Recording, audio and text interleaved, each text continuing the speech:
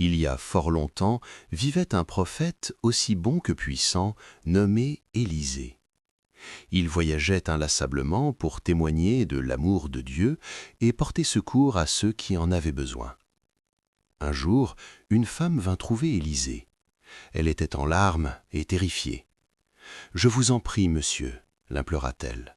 « Mon mari était l'un de vos fidèles serviteurs, mais il n'est plus de ce monde. Il nous a laissés dans une grande pauvreté. Aujourd'hui, l'homme à qui nous devons de l'argent arrive pour emmener mes 2 fils et faire d'eux ses esclaves afin de rembourser ma dette. Je n'ai plus rien. » Le cœur d'Élisée s'assombrit de tristesse. Il voulait l'aider, mais il devait d'abord savoir ce qu'elle possédait. « Comment puis-je t'aider » demandait-il avec douceur. « Dis-moi, que te restait-il à la maison ?» La veuve baissa les yeux. « Je n'ai absolument rien, » murmura-t-elle. Puis elle se souvint d'un détail.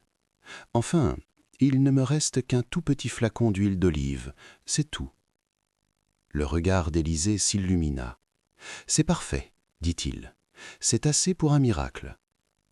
Voici ce que tu dois faire.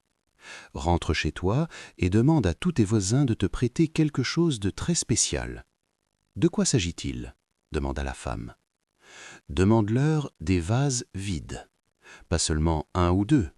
Emprunte-en autant que tu le pourras. » La femme était perplexe. À quoi pouvaient bien servir des vases vides? Mais elle avait confiance en Élisée et au Dieu qu'il servait. Elle rentra chez elle et frappa à chaque porte de sa rue. « S'il vous plaît, demandait-elle, auriez-vous des récipients vides à me prêter ?»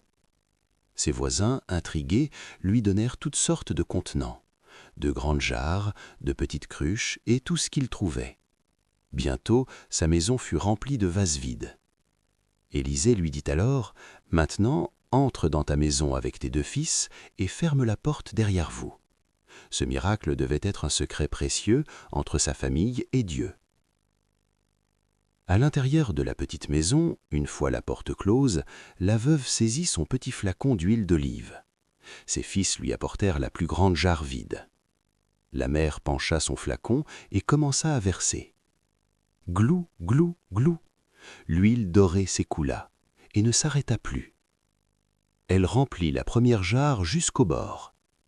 « Apportez-moi un autre vase, » dit-elle, la voix tremblante d'excitation. Son fils lui tendit un autre récipient. Elle versa de nouveau. Glou, glou, glou. Il se remplit à son tour. « Encore un autre, » s'écria-t-elle, « et encore un, et encore un. » Les fils passaient les vases, et la mère continuait de verser. Le petit flacon dans sa main était devenu comme une source magique, l'huile coulait sans fin.